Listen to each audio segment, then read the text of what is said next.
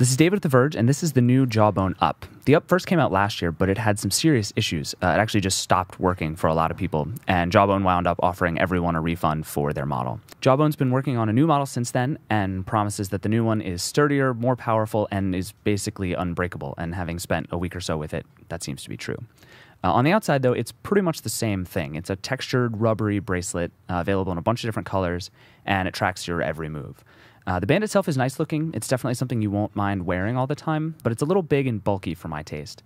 It comes on and off really easily. It doesn't have a clasp. It's just rigid enough to stay on your wrist. But the rubber can kind of stick to your arm, and it always got in my way on the palm rest of my laptop, kind of clacking around. It's just not very comfortable.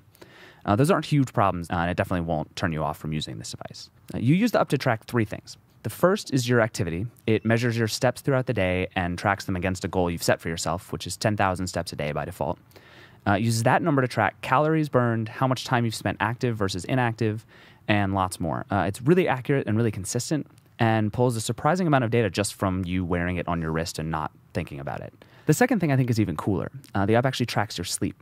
It'll tell you how long you slept, how much of that was deep sleep, and how much you woke up during the night. It also has a built-in alarm clock, which is my favorite thing. It'll wake you up as much as 30 minutes before the alarm you set, based on when you're in light sleep, and will wake up feeling better.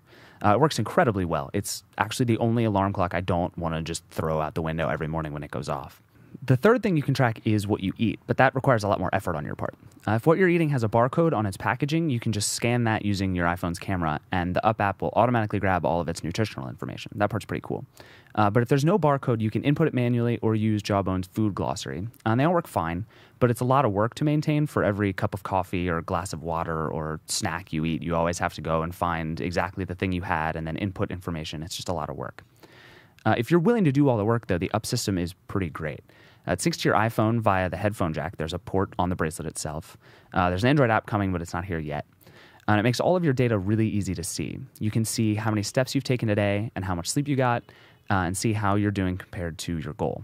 You can also see a timeline of your food, sleep, and activity, or look at trends in how you ate versus how you feel, and so on and so forth. There are a lot of different ways to use the data the bracelet's collecting, and the app does a great job of surfacing all of it. Now, the syncing itself is a little clunky since you have to actually take the bracelet off and plug it in every time.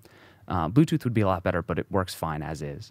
The Up costs $129, and here's the thing. It's really powerful, but it's a lot more work to maintain than something like the Nike Fuel Band. It's also a lot more complicated. With the Fuel Band, it's all about whether you did better or worse than your goal or than you did yesterday, but the Up is based much more in things like calories and steps and tracking how you eat and function and feel over time.